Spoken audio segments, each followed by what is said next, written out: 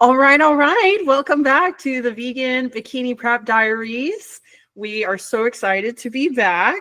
Feeling pretty good this week. We're doing good today. Episode 10, right? Yes. Double digits. We made it. Episode 10. Awesome. Well, how are you, Belinda? How are you feeling? I'm okay. Hanging in there. I am essentially almost 2 weeks out. I'm 2.5 weeks out from competing. And I feel like I'm 2.5 weeks out. I look like I'm 2.5 weeks out, and home stretch for me. But last night I said to myself, I'm not going to complain anymore. I chose this. I chose to diet this hard and cardio this hard to try and get my pro card this summer. And I need to stop complaining. So last night I had a revelation, and today I'm trying to be a lot more positive and just hanging in there. And I'm okay. I am fine. A little hungry, a little tired, a little fatigued, but that's the game. Yeah. Because contest prep essentially is fatigue management to get to a goal. And so I am managing my fatigue the best I can, balancing everything the best I can, with the caveat that I know this is temporary and it will all be over soon. You're so close. I'm very close. Yeah. So I'm either 2.5 weeks out or I'm 4.5 weeks out as well, because I might continue on to a show after that. But that's probably going to be it. It is unlikely I will make it to North American's Labor Day weekend, but never say never, because of course it depends how close I am and what the judges say. But I'm all right, doing fine. I'll plug in a photo of me. I am a lean bean, man. Like I hate to say this, but this is the lowest my food has ever been in all my years competing. I really shaved it down. I mean, I don't even want to say, but it's no bueno. it's That's not what good. it takes. That's not good. But it's only for a few more days. You know all of this already because we tell each other everything all day, every day. But I'm some 16 days out today. At 10 days out, so whatever day that is, I have to look at the calendar again. At 10 days out, I will change up my protocol and start essentially like a 10-day peaking process, because I am just really dieted right now and cardioed out right now, and I'm very, very flat, and I sort of look like a bag of bones with skin. Like, it doesn't look good. But it's okay. That is the sport, guys. So in case anybody's like wondering what I'm talking about, what contest prep is chipping away body fat. And you do that by having a calorie deficit and a calorie expenditure, so that you are eating in a calorie deficit and having a cardio calorie expenditure so that you're in a total calorie deficit day in and day out. And as your food reduces, obviously so does the glycogen and all of the fuel and all the things that make your muscles look good. All of that goes by the wayside. So when you get to the end, it's very common to look flat and small and skinny and feel skinny fat in a way, because you're like not even that like hard. You're sort of like soft, because the muscle is so flat that it can't push up against the skin. And so what peak week does at the end is you sort of like fill the body back up so that the muscle pushes through. And hopefully if you do it right and you time it right and everything goes in your favor on show day, you look fabulous. So that's where I'm at right now. I am working very, very hard, but I've only got a few more days of this level of intensity, and then I will back it all down and start to fill myself up and see how it goes. So that's where I'm at, 2.5 weeks out doing the thing. Awesome. And you, my friend, your face definitely shows that you are in prep. You're getting closer. And Yes. how are How are you feeling? Doing You all know, right? I have good days and bad days, you know, like some days I feel like, oh, this is not so bad. And then some days I'm like, holy fuck, I don't think I can keep doing this. Like, I don't know how much longer I'm going to make it. So, you know, it comes and goes. I find leg days are tough and the day after leg day is tough. But then, you know, like other days are better, but my macros are the same for right now. I'm going to push my coach for some changes tomorrow because I really want to get this show done in 4 weeks. My coach's attitude is kind of like, yeah, well, if we're not ready in time, we'll just do a backup show. Like, we'll do another show. And like, I get it, but like at this point, I'm exhausted. I'm tired. Like, and I have this like very short timeline here, and there's a couple of shows I can get in, and then there's this kind of like long period before there's more shows that are local to me. Yes. And I don't want to like still be doing an hour and a half of cardio like in August, hopefully. So I'm going to really push him tomorrow. And it's so funny because I had somebody message me and they say, do you just like tell your coach what you want? And then he's just like, okay, yeah, do it. Yeah, a lot of the time. Yes. But you know, like, it's just, I like, he's a guiding hand, but I just need to tell him like, hey, like, I really need to do this show because I'm getting really tired. We both are talking about how, you know, we're very overwhelmed in our lives, in our work. Yes. June is always a really big month for me for coaching. It's always one of my biggest months, and I have more clients now than I've had all year. And I'm still signing people. I raised my prices and I'm still signing people. So it's just like, I'm totally overwhelmed. I have, you know, these 2 podcasts, plus cranking out my YouTube. So it's just like, I just need to get this done, you know? I hear you. So yeah, I'm going to push for a macro change tomorrow. My cardio is still at an hour and a half. I'm still doing the elliptical, mixing with some incline treadmill. But really not much else has changed. I've been dropping incline tread. Question for you. I think people might want to know, what is your settings on the treadmill for incline tread? Speed and level? So currently I'm at 3.5 miles per hour, and I'm on a 13 to 14% incline. Oh yeah, you're like this. Oh yeah, and that's the only way I can get my heart rate up. Like, I'm so and are freaking. Are you're holding on to the handlebars? No. Yeah, because that's the only way I can get my heart rate up. I was about to say, because if you responded to me that you were holding on to them, I would say, if I was your coach, take your hands off the treadmill. Oh yeah, so I know better. Everybody that's listening, is it still effective in contest prep to hold onto the handlebars in Stairmaster and incline tread? Yes, it is still effective because you are burning calories, you're expending calories doing the activity, but you will exert more energy, aka burn more calories, if you do not hold onto the handlebars for both step mill, Stairmaster, and incline tread. So are there times in contest prep where like I'm so exhausted I have to hold onto the handlebars? Yes, it does happen, but for the most part I try to not hold on. You just got to really crank it out. That's part of getting stage lane.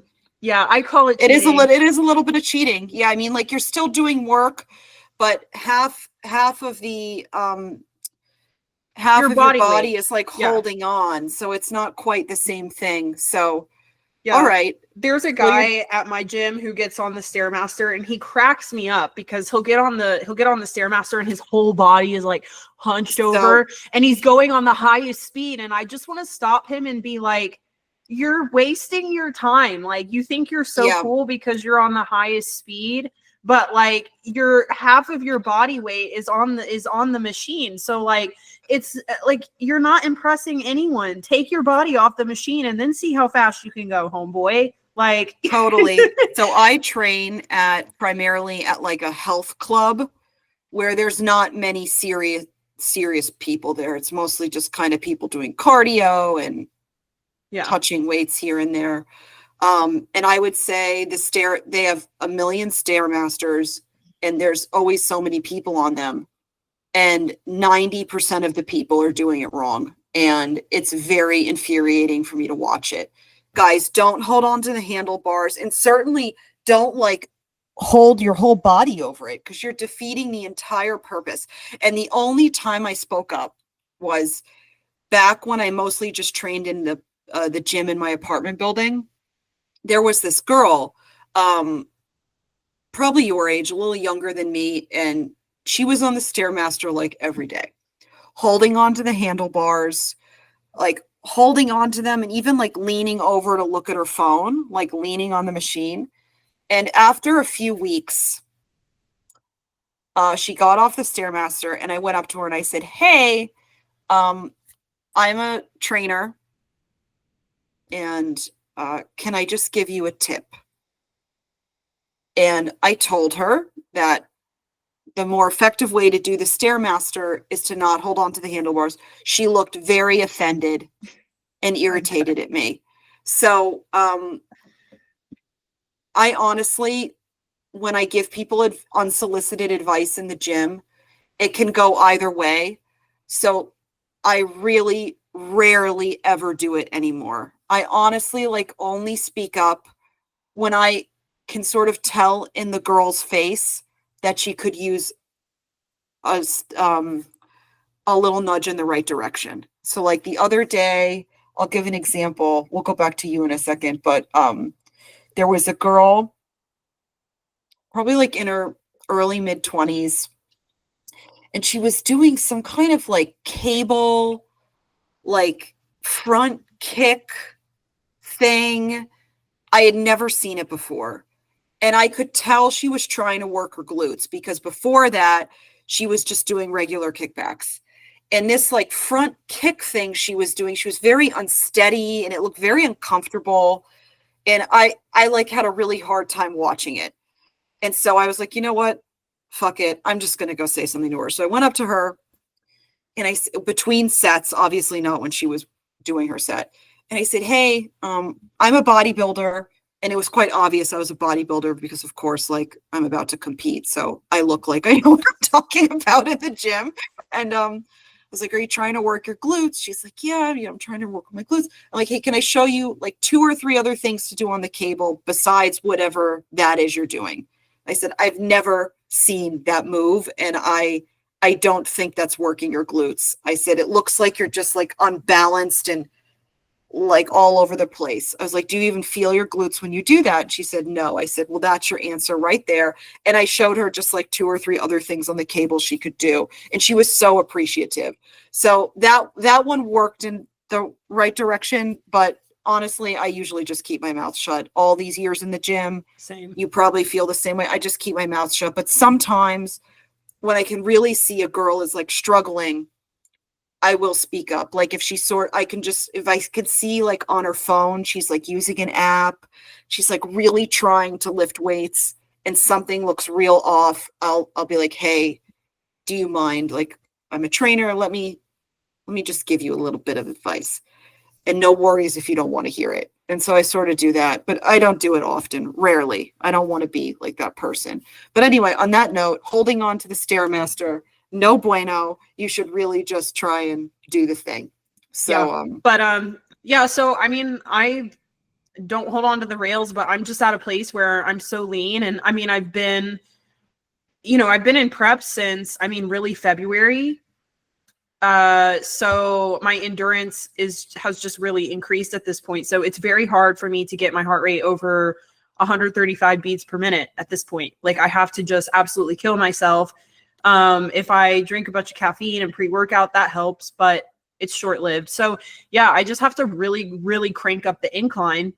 And the elliptical, kind of same thing. I mean, I have maxed out the resistance and I'm going as fast as I can on that sucker. And it's just, but yeah. I'm still dropping. So I'm trying not to stress about the whole thing. Yes, you're okay. I think that it's fine. to interrupt you. You look really good. I'm really excited for you. Your body is continuing to chip away the body fat. I know you are stressed about not being ready in time. That is very normal. We never feel ready ever. But you just got to keep doing the thing. So tell your coach, you want to just do all the things and like, let's get this show on the road. You're ready to rip off the Band-Aid. Like, it's go time. So tell him that and see what he says and go from there. And before we move on, I would like to tell the people listening, in case they've never done a contest prep before, or they've never expelled their body so much to get this lean like we are right now, close to single digit body fat, or on our way to get there. Your body adapts to whatever you give it. So over time, your body will make a new homeostasis. So when you've been in a deficit for so long, for months, your body is used to that. It's used to the high cardio. It's used to the high steps. It's used to the low food. So it's extremely challenging to create a stimulus, a new deficit. So bodybuilders, we have a lot of tricks up our sleeve for ways to increase our heart rate. One of them is there's a natural supplement, citrulline, which is something I take on the days I'm dragging before I go to the gym or I do cardio. And it just gives you like a little boosty boost. It's in a lot of pre-workout. It's not caffeine. I don't really know the exact properties of it, but I use that. To your point, caffeine. So there's little things that you can do to try and increase the heart rate. You could do sprints too, of any type of cardio machine. So like if you're kind of going steady state on the elliptical, maybe like every other minute for 30 seconds, you go all out, for example. So you could do sprints. You could do that on an elliptical, treadmill, whatever. So there's different like little things you can do to kind of keep the train rolling.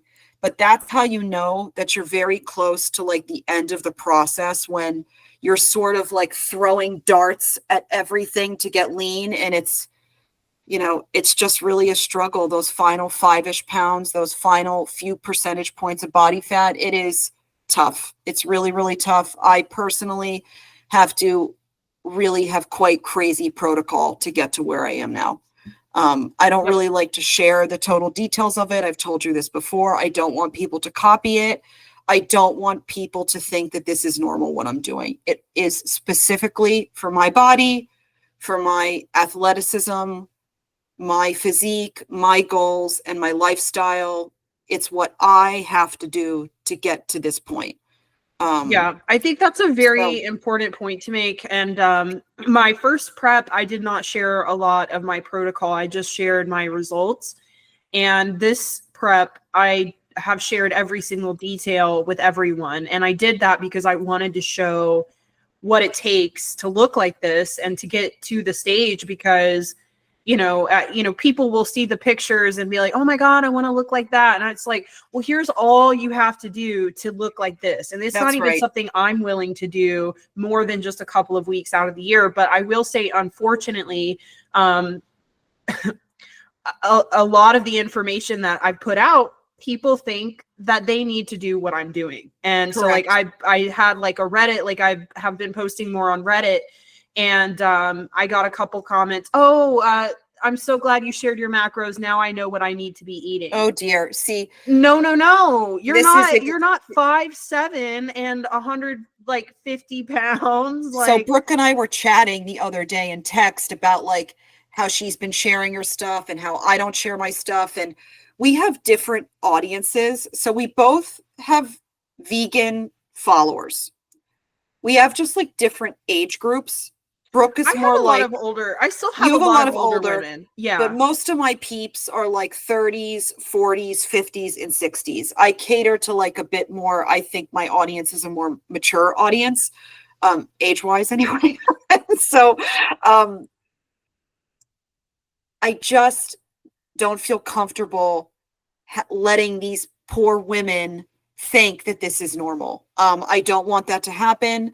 I applaud you for sharing it, and we've spoken about it, and you've been really open about it, which is cool. But to your point, like, this is exactly why I haven't really shared my stuff in true detail, because I don't want somebody to go do this. I mean, this is only for me and my situation for a very, very specific goal.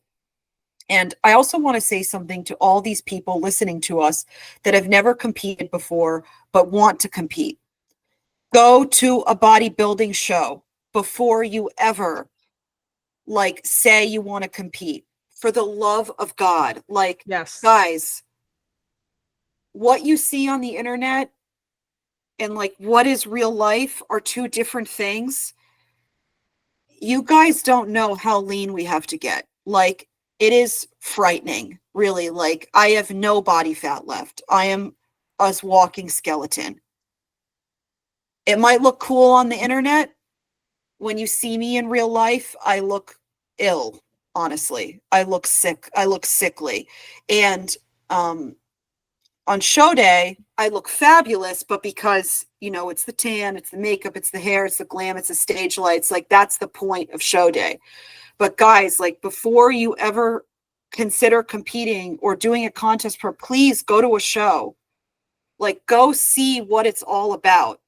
And then if you know any competitors like Brooke, like me, like, ask us questions. Like, get the real details.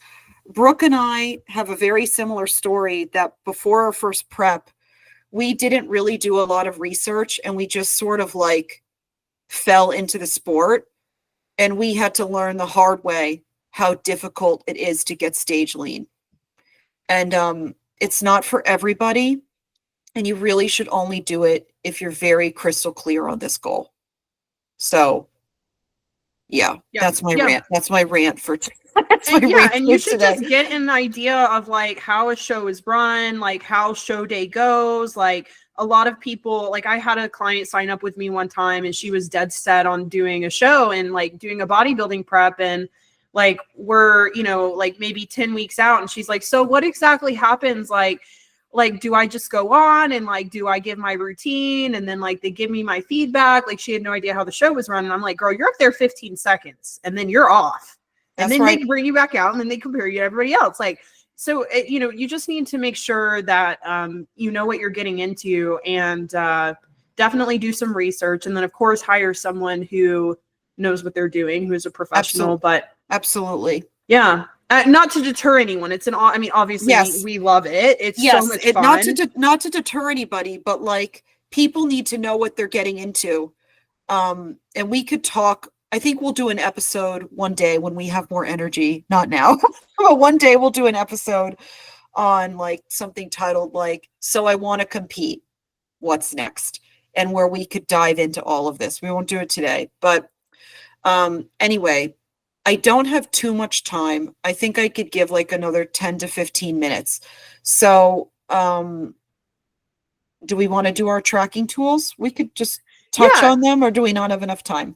I think we could easily do that in 15 minutes. Yeah, we wanted to share some of our tracking tools that we use. And easily, you guys, whether you're competing or not, you could use these tools for yourself, for your own tracking. And do we want to start with food? What we use for our food?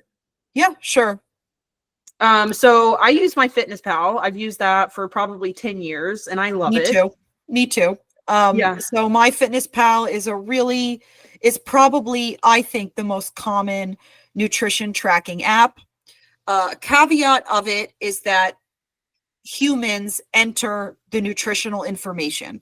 So sometimes the nutritional information is not correct. So just make sure what you're entering and logging matches what it really is.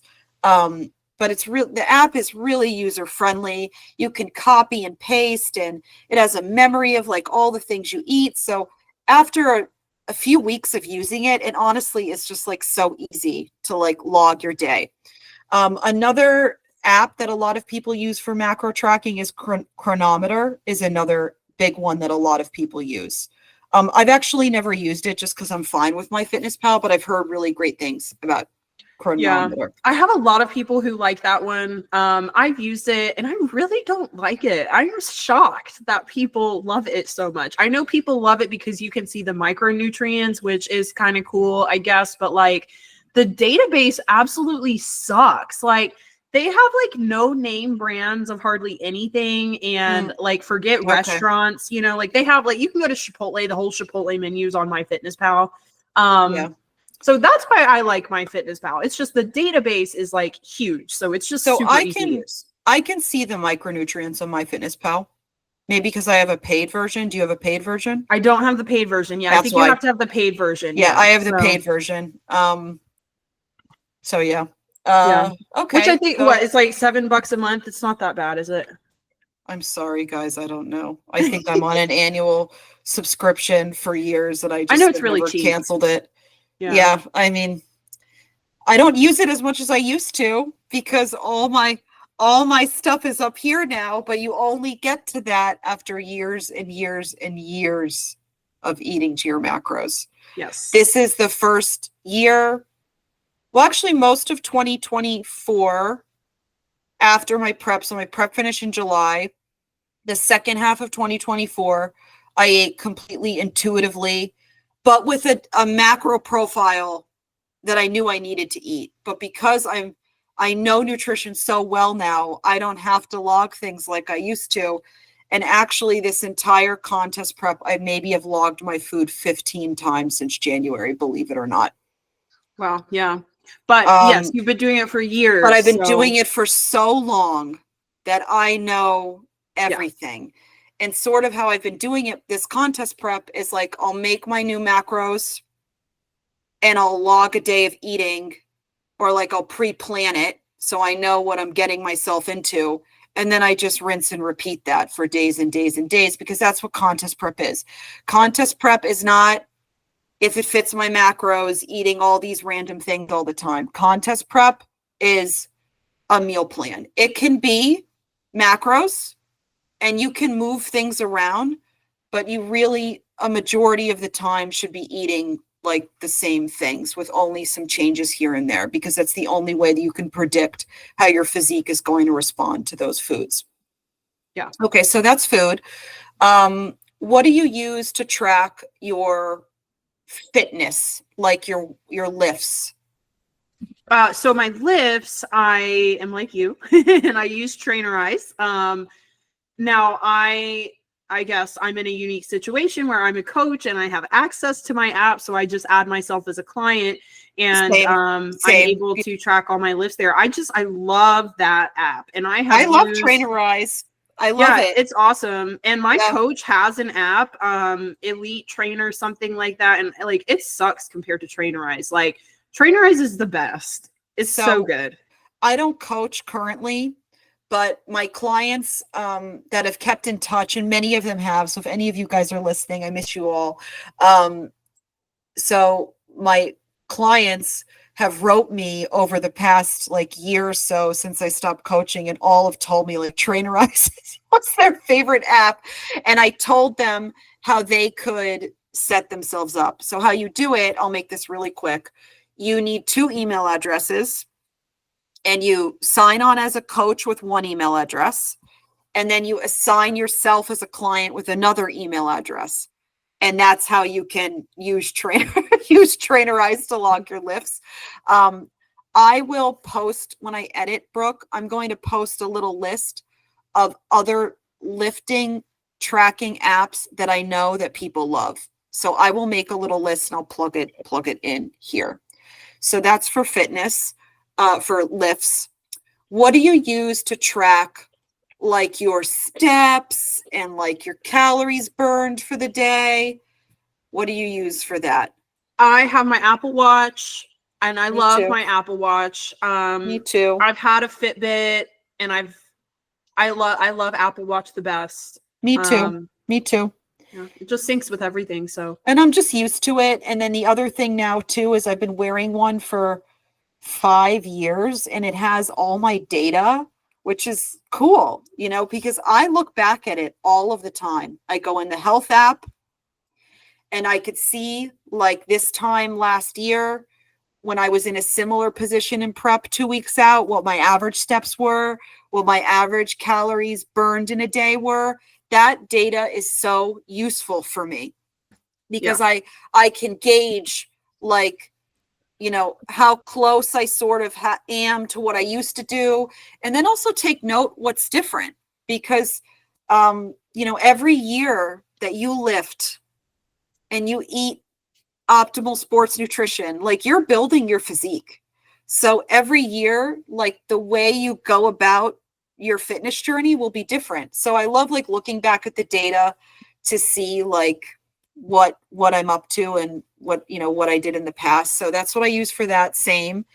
What do you use for tracking sleep? So for sleep, my Apple Watch always dies because I'm so active. I'm sure you're probably in the situation. So I can't ever really wear it to sleep because it'll be dead. And I can't use it the next day. You just reminded me I was supposed to be charging it this entire time. Oh, Oops. no.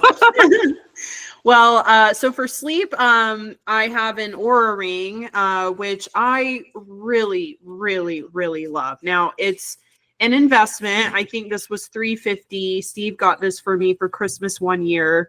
But it's like a ton of data. So not only sleep, but it'll also track your cycle, and it is pretty spot on with your cycle. It's based off body temperature and like stress, your recovery. It also tracks your steps, your heart rate.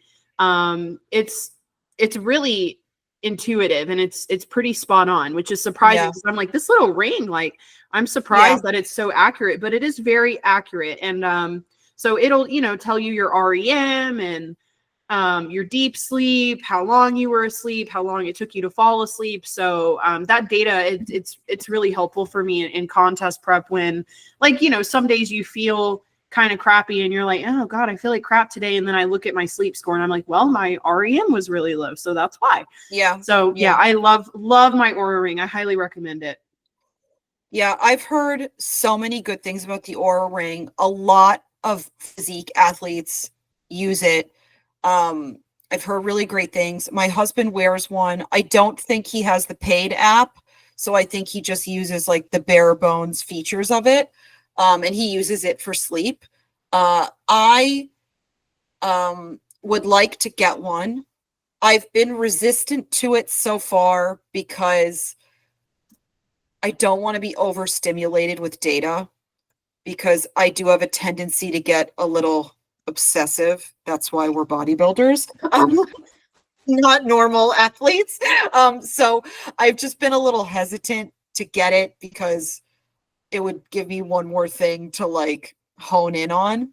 But in my off season, I will be getting an Aura ring or a Whoop. Whoop is another thing that people use. I know my friend Natalie uses Whoop and she loves it. I have another friend that that uses it who's a lifter. So that's another similar device to the Aura ring that tracks, like, recovery and things like that as well. So I think 6 weeks after I finish competing, I'll go get my blood work done. And we'll get the Aura ring and start totally fresh. And the reason I'll wait 6 weeks is because that's how long it takes the body to sort of, like, calm down from the contest prep. Would you agree? 6 weeks? Yeah. 6 weeks. 6 to 8 weeks. Yeah. Yeah. Most people say 6 to 8. So I'm going to wait like a solid month and a half, 2 months after I'm done competing for the year and the season. And then I will invest in that, get my blood work done, and reset my whole thing. And we'll talk about off seasons when we get there soon, I hope. Anyways, so for sleep, for me, since I don't have an Aura ring, I use an app called Sleepwatch.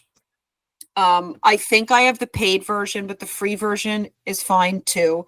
And it takes the data from my Apple Watch and it makes it all sleep focused. So it does my REM, it does my interruptions, it does my sleeping heart rate. And I have been using that app for a few years. It is a very important tool for me as an athlete and a bodybuilder. Like you said, focusing on the REM, focusing on the sleeping heart rate. That's how I learned that when I eat too close to bed, I mean, my sleeping heart rate is like 10 points higher. So like I've learned a lot from that app, really. It's been very useful for me and my, not only as a bodybuilder, but just like as an overall healthy person. So I use it all the time. And another thing I like about that is it has tags. So like there's like tags that you could point out, like if something specific happened that night, like it has like pet interruption for like when the dogs are sick and they wake me up, or there's lightning and they get scared and they wake me up. There's like urinate interruption when I have to go pee. There's a tag, no social media before bed. So I can like tag these little things that I do. And it, of course, creates like a trend of all of that. And I find all of that, I don't like do the tags every day, but I do find it useful. Like, I'm like, oh, okay, now I can see why that sort of happened. And I've learned that that I'm much more well rested when my sleeping heart rate is below 60. And the reason, I would love if it was around 50, but it's not. It's like between 55 and 60. I would love for it to go down more, but in contest prep, it's just like not possible. Like I just have so much to do every day that like I am so busy that my mind, my body is like moving and grooving until I brush my teeth and plop into bed. So it is kind of what it is. And we consume a lot of caffeine at the tail end of contest prep, unfortunately. So like it just kind of is what it is. But in my off season, I have a body goal, an internal body goal of getting my sleeping heart rate down to around 50. I would be really, really proud of that. That's where it was before I competed. And competing has changed that on me, but I'm going to work on that. So like little goals. So those are the main apps I use. I'll add in one more for productivity. I use an app called App Block, and it blocks like social media apps. So like you tell the app what apps to block. So I have it block like Instagram, Facebook, Reddit. And when I turn on the app block, I can't even open the app. Like you click Instagram and it won't open. So I have it on basically all the time. And then sometimes I'll have it on a schedule. Like app block is on from like 9 to 5 or something. Like I play with it a bit. And then another thing it does is when you go to turn it off, like if you like really must check social media and you go to turn it off, it asks, are you sure? And this like window like goes down slowly. And it's like, are you sure? Are you sure? Are you sure? Like it really is like making sure you really want to like break your promise to yourself. So it's a cool app. I've used it for a few years. It's very helpful for me. I know that's not something really you can use since you are essentially like a full-time coach and content creator. So like you're online all of the time. It's like literally your job. But for me, that I'm not a coach right now and I'm not really a content creator. I'm like a hobbyist content creator. I don't need to be online as much as Brooke. And so I find that it helps me stay productive. So that's an app I use called App Block. And when I edit, I'm going to plug all the little windows in so everybody can see what all these things are. So yeah, I think this was good. Any other apps you use, or that's sort of like the main? Yeah, really. My Aura Ring, my Apple Health, and my Fitness Pal. And your scale has an app. Oh yes, my scale does have an app, but the Renfo, I have Renfo. It is just, it's not accurate. Like right now it's telling me I'm 20% body fat, and I'm like, are you kidding me? Like everybody listening, your smart scales at home are not accurate on the body fat percentage. Oh, so on Yeah, that no. note, Or the let me, lean mass. Like it's telling me I have like 110 pounds of lean mass. Like, yeah, right. I mean, I'm I'm just gonna almost do, stage ready. And I'm like 149 pounds. There's no way. So totally, yeah, and so be very careful with the home scales. I get clients who get obsessed with those totally, numbers, and they're guys, not accurate. They're not accurate. If you want accurate numbers, go get a DEXA scan or DEXA an in-body scan, scan. exactly. Those home scales, like, guys, don't let it ruin your day. They are there for data though. So like, even though the number is off, you can see when it's going down. So like, even if the number is not accurate, at least like you can see it's going down. So I'll make this real quick. What I use to track my body fat, and this is a lot of bodybuilders use this. This is a bodybuilder tool in the toolbox. This is called a fat caliper pincher. And you use it on 3 spots on your body. You use it under your tricep, on your like sit bony part, or not sit bone, your hip here, your lower abdomen, and on the inside of your thigh. And these 3 numbers together, it comes up with a fat caliper percentage. And in Trainerize, it tracks it. Yeah. By the way, which is really cool. So this is a very useful tool. That's the pincher, and you pinch your fat. And this is, only been using it for 2 years. I wish I had been using it longer, honestly, because I only have like the data of the past 2 years, and I would like really like to know where I was some of my other contest preps. And I have numbers on here that I know I am as close as can be. Like right now, I don't have much left at all. Like it's hard to pinch anything. The only thing that I can really pinch is my inside thigh, because that's my problem area, are my thighs. So that's that story. But yeah, this is a fat caliper pincher. You could get this on Instagram, on Amazon, and this is really useful. So Awesome. yeah. All right. So really useful stuff. I hope this was good. And before we go, I want to say, Brooke, I appreciate you as my friend, and I love you so much. And I'm so happy Aww. that we have each other, because this sport is wild and nutty, and I appreciate that we like have each other to like talk to and just like vent and shoot the shit, because nobody else wants to hear it. And I'm glad that we decided to do the podcast, because we can, document our journeys. This is a diary for us too. And hopefully people learn some things along the way, and we can help other vegans or plant forward people that are interested in the sport, or in general, like their fitness journey, and all the things hopefully that we could teach along the way. So I really appreciate you, and you're the Aww, best. I And appreciate you I'm too. so glad I slid into your DMs all those years ago. Oh my gosh, I know. No, seriously though, because like I remember my first prep, like my mom got like the brunt of all of this like Yes, craziness, so did my husband. So did my husband. It's so important. Anybody that's listening that is thinking about competing, make friends in the sport, because this sport is so nutty, and it's getting stage lean contest prep is so extreme. You need somebody you could talk to about it, because if you're venting about all your contest prep problems to an outsider, they're going to be like, so why are you even doing this? Like, this is ridiculous. Like, no, people you don't don't have get to it. be they don't get it. But other competitors, like, we get it. And it's really important to have those friends. So I really appreciate you. And I just wanted to say that before we sign off today. Aww, Especially because because as you know, it's going to get real hairy for both of us over the next month. So we need to remind each other how important we are to each other, because it's about to get real gritty up in here.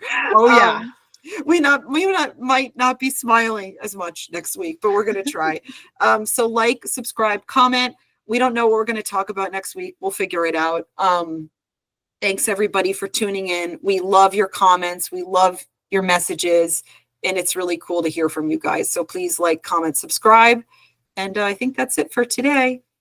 Yes, that's it. Yay. All right, we'll see you guys next time. Bye. Bye.